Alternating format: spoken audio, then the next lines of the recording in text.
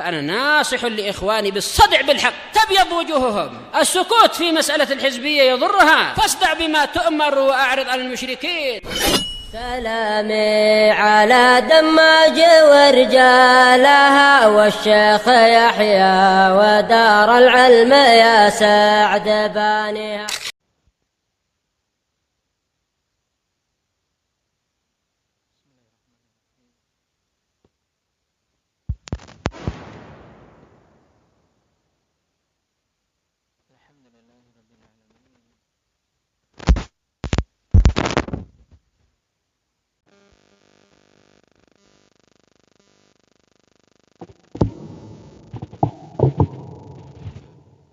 والصلاة والسلام على رسوله الأمين وعلى آله وأصحابه ومن تبعهم بإحسان إلى يوم الدين. أما بعد.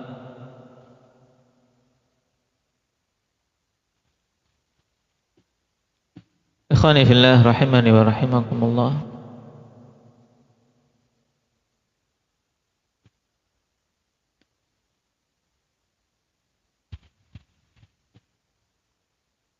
Kalau antum camkan, kita mempelajari agama ini, terutama mempelajari akidah, mempelajari tentang sifat-sifat Allah Subhanahu wa ta'ala, agar kita semakin tahu, kita semakin sadar untuk apa kita hidup. Untuk apa kita hidup, dan setelah kehidupan ini ada apa, dan di kehidupan ini seharusnya bagaimana. Dan pembahasan terakhir kita membahas tentang masalah ma'iyah, kebersamaan Allah Subhanahu wa ta'ala dengan hamba-hambanya dari sisi ilmu yang meliputi semua hamba, pengawasan yang meliputi semua hamba, pendengaran, semua didengar, semua dilihat, semua diketahui. Ini pembahasan yang harus dicamkan, akhwan. Dan ini hujjah atas kita semua. Setelah kita lewati kemarin, di antara hal yang terpenting dari faidah kita mengimani itu adalah untuk membuahkan muraqabatullah. Membuahkan muraqabatullah, yaitu seorang merasa diawasi oleh Allah Subhanahu wa ta'ala.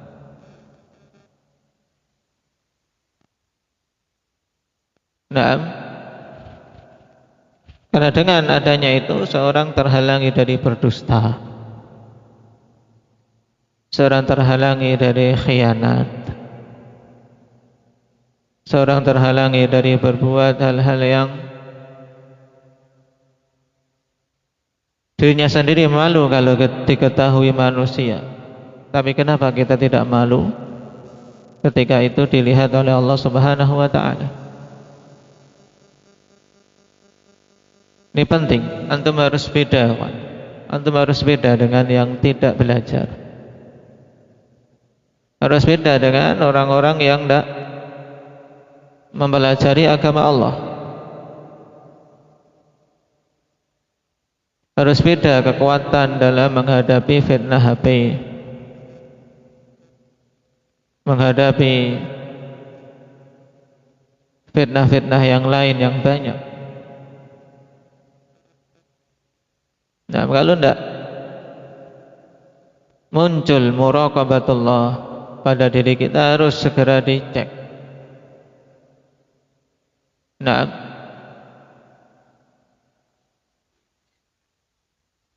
Kita harus segera mengecek diri, ya. Belum merasa diawasi oleh Allah. masih beranggapan bahwasanya dusta bisa menyelamatkan. Tidak. Masih beranggapan bahwasanya berbohong merupakan jalan keluar. Ini kan bentuk lemahnya iman kita, bahwasanya Allah melihat kita, mengilmui kita, mengetahui semua gerak-gerik kita. Nah, kita baru belajar, maka cek terus hal tersebut. Nah, ada amanah ditunaikan, ada kewajiban dikerjakan, larangan dijauhi.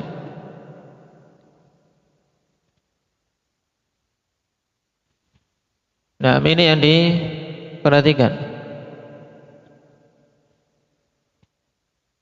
Nasallallahu taufiq. Dan pada pembahasan kemarin kita telah masuk pada bab bagaimana mensinkronkan dalil-dalil yang menetapkan bahwasanya Allah itu tinggi di atas arsy, dan dalil-dalil yang menetapkan bahwasanya Allah itu bersama dengan hamba-hambanya. Setelah kita lewati bahwasanya dalil-dalil tersebut tidaklah bertentangan satu sama lain. Kenapa? Karena bisa disinkronkan. Bisa disinkronkan, bisa digabungkan bagaimana maksud dari masing-masing dalil. Karena semuanya berasal dari sisi Allah Subhanahu wa taala. Walau kana min 'indi ghairillah lawajadu fihi ikhtilafan katsiran. Kalau seandainya itu berasal dari sisi selain Allah, maka tentu kalian akan dapati perselisihan yang banyak. Mafhumnya, karena Al-Quran itu datangnya dari Allah Subhanahu wa ta'ala, maka tidak akan ada perselisihan padanya. Nah, makanya kemarin ditegaskan bahwasanya ayat yang menetapkan istiwa di atas arsy dan yang menetapkan bahwasanya Allah bersama kita tidak ada padanya pertentangan. Kenapa? Karena mungkin disinkronkan. Nah, sekarang kita lanjutkan. Qala al-'allamah Ibnu Utsaimin rahimahullah, wa bayanu imkanihi min wujuh, dan penjelasan tentang kemungkinan untuk disinkronkan tersebut dari beberapa sisi. Nah, dari beberapa sisi. Yang pertama, al-awwal, anna an-nususa jama'at bainahuma fayamtani'u an yakuna istima'uhuma muhalan li'anna an-nususa la tadullu ala muhal. Perhatikan ini, itu konsentrasi. Yang pertama, bahwasanya nas-nas telah menggabungkan antara keduanya. Nah, sehingga tidak mungkin penggabungan antara keduanya itu merupakan perkara yang muhal. Karena apa? Karena nas-nas sudah menunjukkan pada hal yang muhal. Sesuatu yang muhal itu tidak akan ditunjukkan oleh suatu nas. Nah, ketika didapati nas-nas yang menggabungkan antara keduanya, seperti dalam surat Al-Hadid ini, Allah di atas arsy-Nya, kemudian Allah bersama dengan hamba-hambanya dalam satu ayat. Nas telah menunjukkan itu, berarti menunjukkan bahwasanya tidaklah terhalangi untuk apa? Untuk bisa disinkronkan antara keduanya. Wa man dhanna dalalataha alaihi faqad akhta'a falyu'idin nadhara marratan ba'da ukhra musta'inan billah sa'ilan minhul hidayata wat taufiq. Sehingga siapa saja yang menyangka bahwasanya nas-nas itu menunjukkan hal yang muhal, maka sungguh dia telah keliru. Sehingga hendaknya dia mengulangi lagi pandangan dia berkali-kali, yaitu teliti lagi, cek lagi, telaah lagi, dalam keadaan dia memohon pertolongan kepada Allah Subhanahu wa taala dan meminta hidayah serta taufik dari Allah. Badhilan juhdahu fil wusuli ila ma'rifatil haqq. Juga dalam keadaan betul-betul badhilan juhdah, dia kerahkan semua upayanya. Taib, dia kerahkan upaya maksimal untuk bisa mencapai ma'rifatul haqq, yaitu betul-betul bisa mengetahui kebenaran. Berarti ada berapa ini? Ada berapa poin yang disebutkan oleh Syekh Ibnu Utsaimin? Ismail.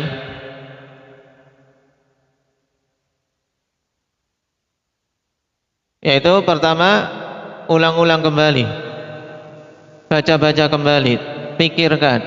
Yang kedua, minta kepada Allah hidayah dan taufik. Yang ketiga, kerahkan upaya.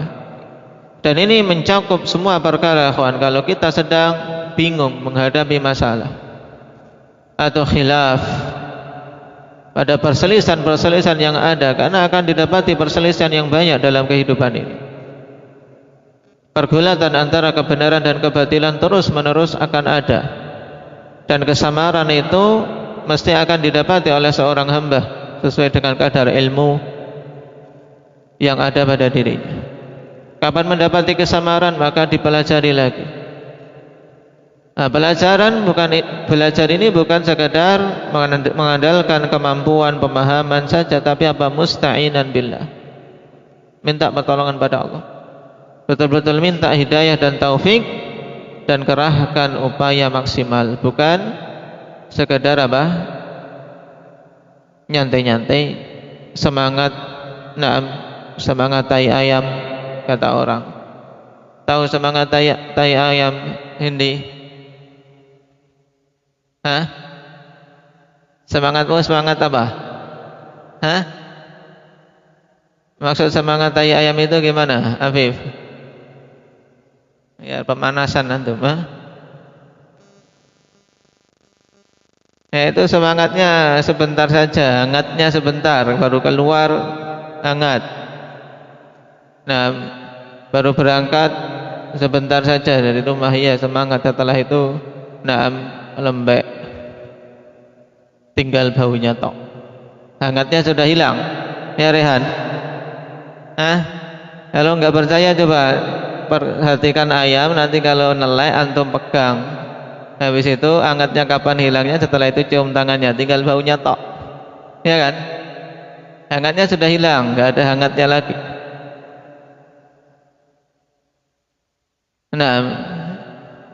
Kalian juga ini, harusnya semangat itu terus menerus dijaga. Taib, apalagi waktu-waktu mau pulang, waktu-waktu mau liburan. Perbagus seorang mau pulang itu, perbagus, meninggalkan kesan itu kesan yang bagus. Kenapa? Karena kesan bagus itu akan diingat dengan kebagusan. Tapi kalau kesan buruk itu menancap di hati, ya keburukan. Kesan bagus seorang akan banyak membuahkan untuk mendoakan yang baik. Ini penting bagi yang mau pulang untuk Ramadan dan seterusnya. Maka buat kesan yang bagus. Taib, untuk husnul khatimah sebelum pulangnya, bukan malah sebaliknya, membuat kesan yang buruk. Akan terpatri terus keburukan itu. Kita kembali pada hal yang disebutkan oleh Syekh Ibnu Utsaimin. Jadi ulang-ulang permasalahannya dipelajari, minta pada Allah pertolongan dan hidayah, kemudian kerahkan upaya maksimal. Fa in tabayyana lahu al-haqqu falyahmadillah 'ala dzalik. Wa illa falyuqilil amra ila 'alimih. Maka apabila setelah upaya itu semua jelas baginya kebenaran, maka pujilah Allah Subhanahu wa taala atas hal tersebut. Ini juga jangan sombong. Lihat, itulah aku. Nah, sudah tahu. Nah, sekian-sekian sebelum manusia meyakininya. Aku sudah tahu dulu sebelum para ulama mengatakannya. Intabih. Ini seperti ini ujub.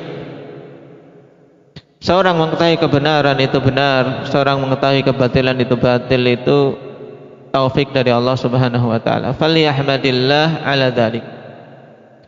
Maka pujilah Allah Subhanahu wa taala atas itu semua. Karena perkara tidak berhenti pada hal itu saja. Masih banyak selama kita masih hidup.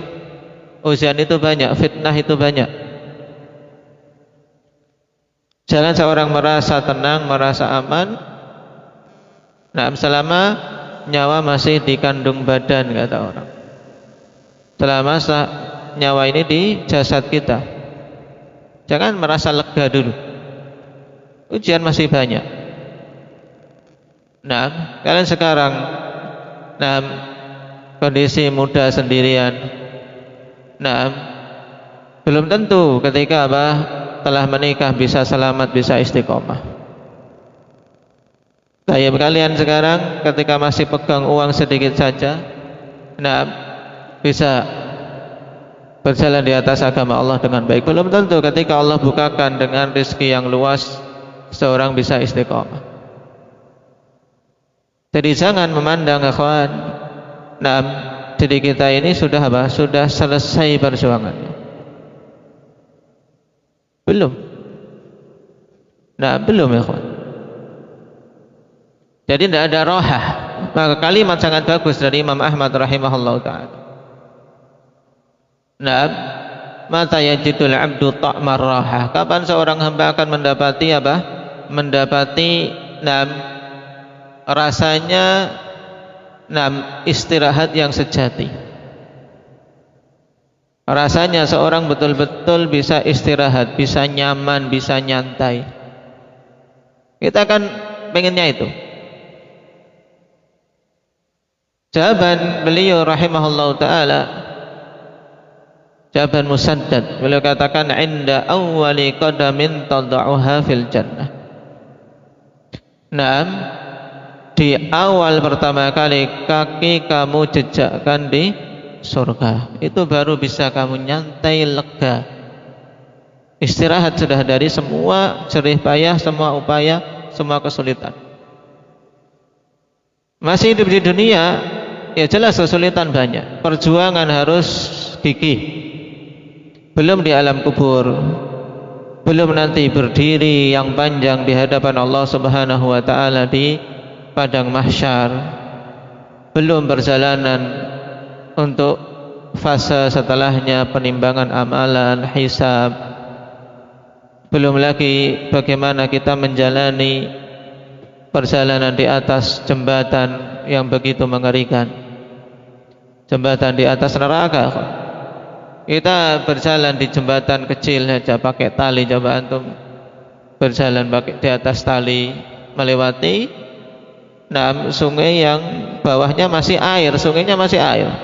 Nah, ini bawahnya neraka kelak di hari kiamat. Enggak ada sesuatu untuk pegangan, tidak ada yang membantu kecuali amalan-amalan masing-masing. Bagaimana seorang mendapati rohah di dunia ini? Perjuangan masih panjang. Jangan terburu-buru untuk nyantai. Taib. Ketika seorang mengetahui kebenaran pada suatu hal, falyahmadillah 'ala dzalik.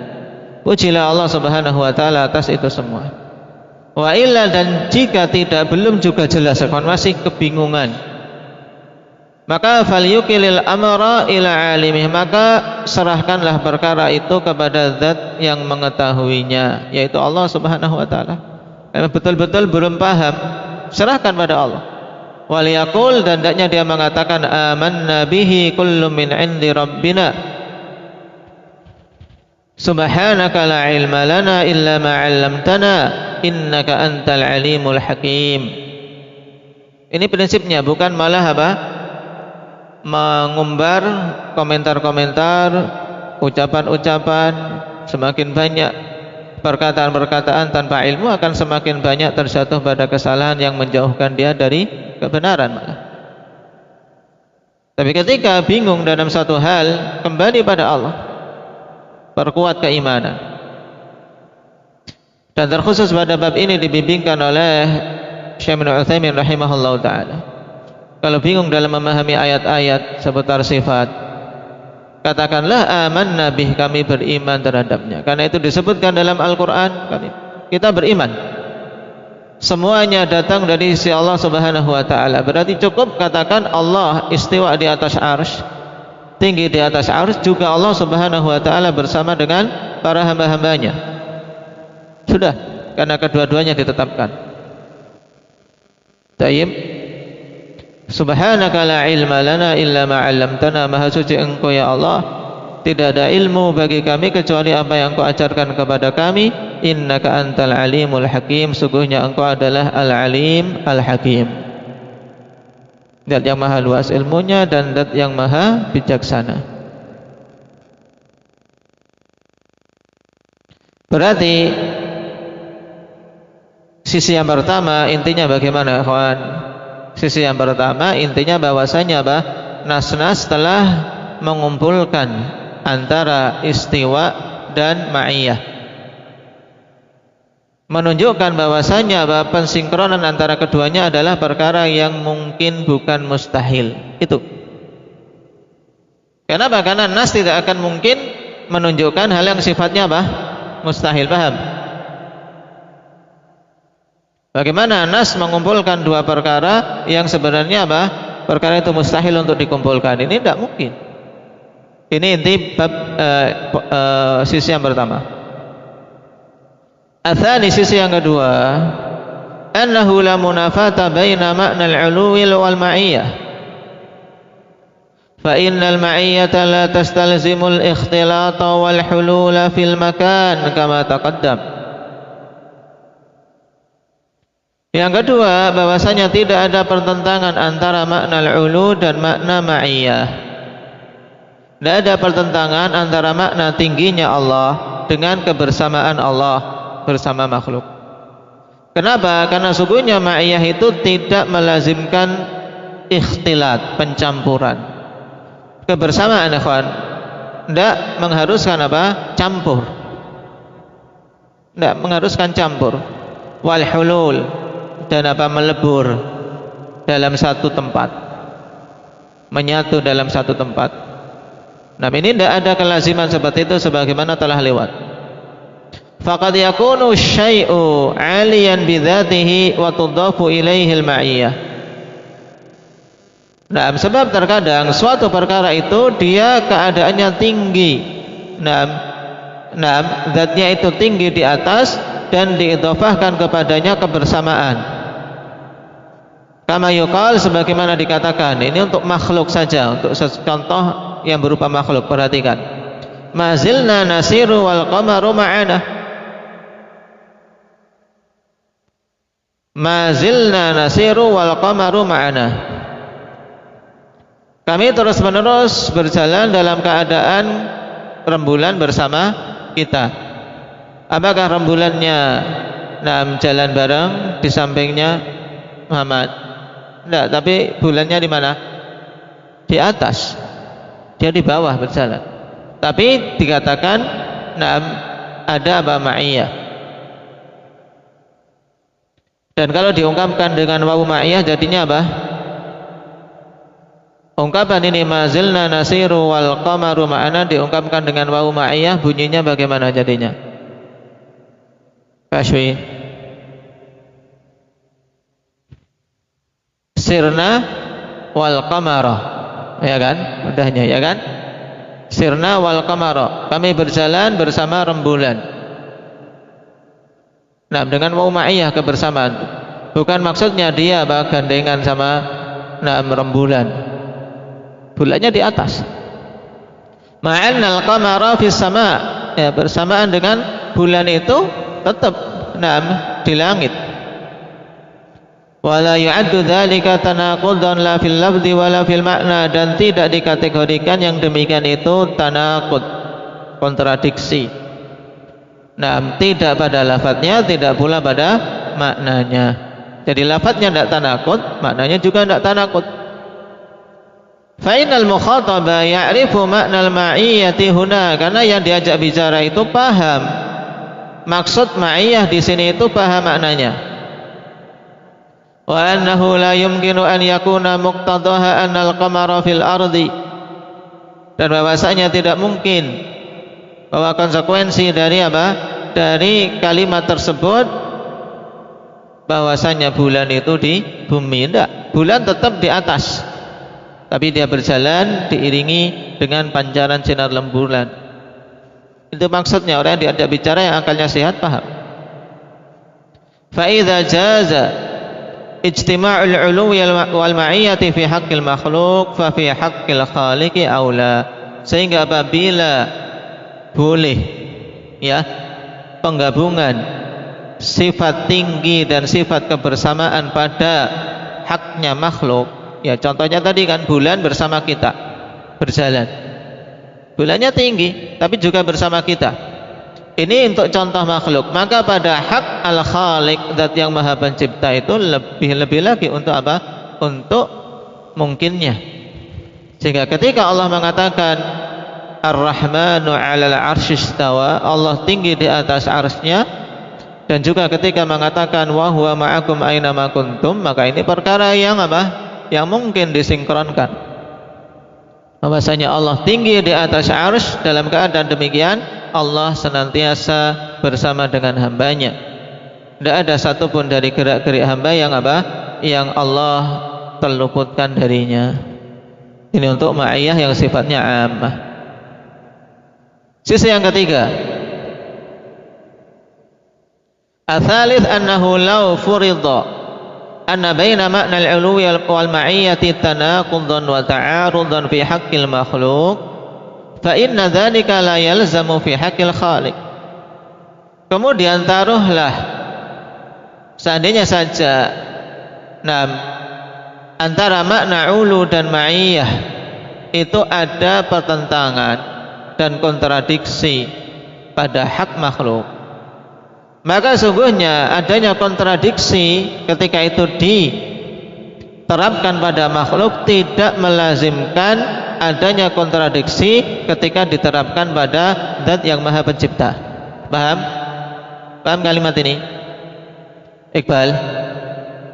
Intinya ats-tsalits, yaitu apa? Seandainya saja suatu perkara, dan dalam masalah ini adalah ketinggian dan kebersamaan, itu merupakan perkara yang kontradiksi kalau diterapkan pada makhluk, tinggi tapi juga bersama. Seandainya saja ini hal yang kontradiksi kalau diterapkan di makhluk, tapi tidak melazimkan, ya, hal ini tidaklah melazimkan ketika diterapkan pada Allah Subhanahu wa taala itu ada kontradiksi. Kenapa? Li'anna Allah ta'ala laisa kamitslihi syai'un fi jami'i sifatihi. Karena Allah Subhanahu wa taala itu tidak ada sesuatu pun yang menyamainya pada semua sifat-sifatnya.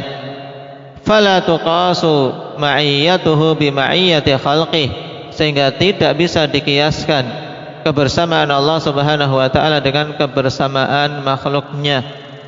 Wala taqtadi ma'iyyatuhu lahum an yakuna mukhtalitan bihim aw halan fi amkinatihim liwujubi 'uluwihi bidzatihi. Dan juga kebersamaan Allah dengan para makhluk tidaklah berkonsekuensi bahwasanya Allah bercampur dengan mereka atau menyatu pada tempat-tempat mereka, yaitu sama berada di satu tempat bersama makhluknya. Ini tidak demikian konsekuensinya. Kenapa? Karena keharusan yang merupakan sifat wajib bagi Allah, yaitu bahwasanya Allah itu maha tinggi dengan zatnya, liwujubi uluwihi bidzatih. Karena Allah tidak akan disifati dengan sifat rendah. Keharusan untuk Allah Subhanahu wa taala disifati dengan sifat ketinggian yang merupakan sifat kesempurnaan. Berarti sifatnya tinggi Allah di atas arsy-Nya. Itu tidak berkonsekuensi. Ketika dikatakan Allah bersama dengan makhluk, berarti Allah menyatu di tempat-tempatnya makhluk. Kenapa? Wali'annahu la yuhit wali'annahu la yuhitu bihi syai'un min makhluqatihi bal huwa bikulli syai'in muhit. Juga dikarenakan tidak ada sesuatu pun dari makhluk yang bisa melingkupi Allah. Kalau Allah Subhanahu wa taala menyatu dengan makhluknya, berarti ada makhluk yang lebih besar yang melingkupi Allah. Ini tidak mungkin. Tidak mungkin. Sebab Allah Subhanahu wa taala itu melingkupi segala sesuatu. Berarti poin ketiga intinya bahwasanya taruhlah memang ada pertentangan antara ulu dan ma'iyah kalau diterapkan pada makhluk, tapi tidak melazimkan ketika diterapkan pada Allah itu terjadi pertentangan. Dan itu pada banyak sifat. Poin terakhir untuk menjawab biasanya seperti ini. Ini namanya apa? Thariqah tanazul ketika mendebat. Thariqah tanazul ketika mendebat. Taruhlah seperti ini, tetap kita bisa nyari apa? Nyari jalan keluar, nyari jawaban. Kita dapat di dalam metode para a'immah banyak, ikhwan. Ketika mendebat, ketika dialog, setelah menerangkan makna-makna yang benar, kemudian terakhir taruhlah seperti yang dikatakan oleh pihak yang berseberangan dengan kita pun tetap bisa menjawabnya. Ini menunjukkan kuwatul hujjah, kuatnya hujjah. Maka sebenarnya ini sangat bagus untuk melatih kita.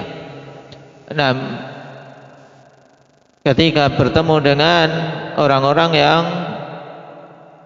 berpemahaman hululiyah, berpemahaman bersatunya Allah dan makhluk, pemahaman manunggaling kawula Gusti, pemahaman ittihadiyah. Poin-poin ini sangat penting untuk dicamkan. Dibaca lagi untuk poin ketiga, insyaallah kita tanyakan besok untuk kalian bisa mengungkapkannya. Barakallahu fiikum, naktafi bihadza, subhanakallahumma wa bihamdika, asyhadu an la ilaha illa anta